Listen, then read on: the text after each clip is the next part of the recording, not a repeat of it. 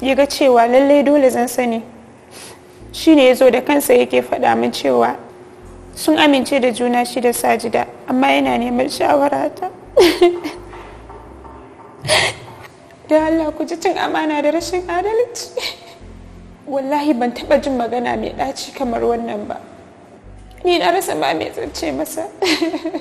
A Mujahid, shin ka yadda abin da kake son aikatawa dinnan cin amana ne? A'a ya mai shari'a. Ni a gani na abin da nake nufin yi alkhairi ne, kuma ita zai fi amfana sama da ni. Ta ina zai amfane ni? Auren Sajida ne zai zama alkhairi a gurina? Ita wannan Sajidan nan da kike magana shin tana da aure? Bata taba ba, ashe mijina take ta hange take jira. Kullum idan na ce mata ta fito da miji a cikin manemanta ta yi aure, sai ta ce min tana addu'a tana jiran zaɓin Allah. Sai ta gabatar da mijin naki a matsayin zaɓin Allah? Ita kanta matata, masoyiyata a bar ƙaunata, ta sha yaban Sajida. Takan ce za ta so ko aljanna ne su zauna a gida ɗaya. Amma ai ban ce baka mu haɗa miji ba, miji kowa da nasa na ce maka.